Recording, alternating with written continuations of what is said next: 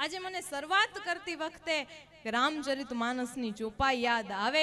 જીન હરી કથા સુની નહીં કાના, શ્રવણ રંધ્ર હી ભવન સમાના, નયન નહીં સંત દરસ નહીં કીના, લોચન મોર પંખ કર લેખા। અરે આ આંખોએ સંતોના દર્શન નથી કીધા ને, તો આ આંખ નથી, આજે પીછામાં ખોટી આંખ આવે ને એ આંખ છે। અને કાનથી જેણે કથા નથી સાંભળી એ સાપને રહેવા માટેના દર છે, એ કાન નથી। ભગવાને કોઈ પણ વસ્તુ નિરર્થક નથી બનાવી। કાન આપ્યા છે તો શબ્દ આપ્યા છે, નાક આપ્યું છે તો ગંધ પણ આપી છે, તમને મોઢું આપ્યું છે તો ખોરાક પણ આપ્યો છે। ભગવાને કોઈ પણ વસ્તુ નિરર્થક નથી બનાવી।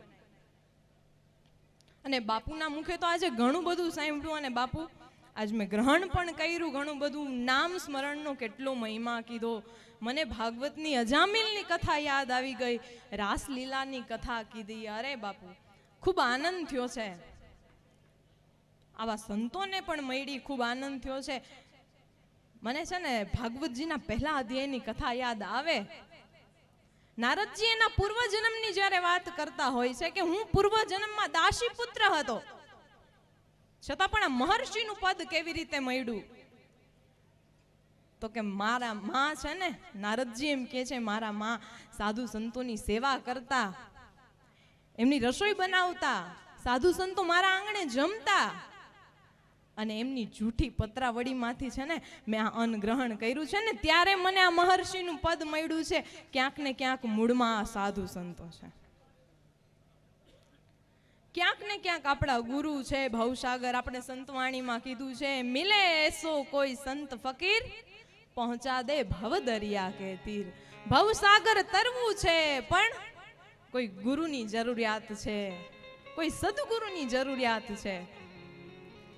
નાનું બાળક હાલતા શીખે ને, પેલા હાલતા શીખે એટલે આમ આંગળી પકડી હલાવે, જો કે કાંટા કાકરા આવે ને તો એની માં એને ઉપાડી લે, તેડી લે। એમ આપણા સદગુરુ આપણને જ્યાં પણ જીવનમાં ક્યાંક કાંટા કાકરા આવે ને તો આપણને તેડી લે છે, આ આપણા સદગુરુ છે। રામદેવ પીર મહારાજે 24 ફરમાન આપ્યા, એમાં ગુરુનો મહિમા ગાતા કીધું, ગુરુના ચરણે પાપ પ્રકાશો ને પરમારથમાં રહો સાજદા, કહે રામદેવ સુનો ગત ગંગા, સનાતન મળશે પલવારમાં। તમે ગુરુનું ચરણ રહ્યો, પણ આજની વાસ્તવિકતા કહેતા દુઃખ થાય, ગુરુને બધાય માને છે, પગે બધાય લાગે, પણ ગુરુનું કોઈ માનતા નથી। આમાં કેટલા છે કે જે ગુરુનું માનતા હોય, ગુરુને આમાંથી બધાય માને છે, પણ ગુરુનું કોઈ માનતા નથી।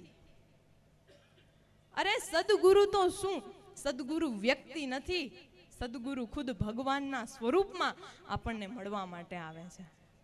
પરીક્ષિત રાજાએ એમ નહોતું કીધું કે હાલો બાપજી હવે મારે 7 દિનની કથા બેહાડ્યું, મને મુહૂર્ત આપો, એમ નહોતું કીધું।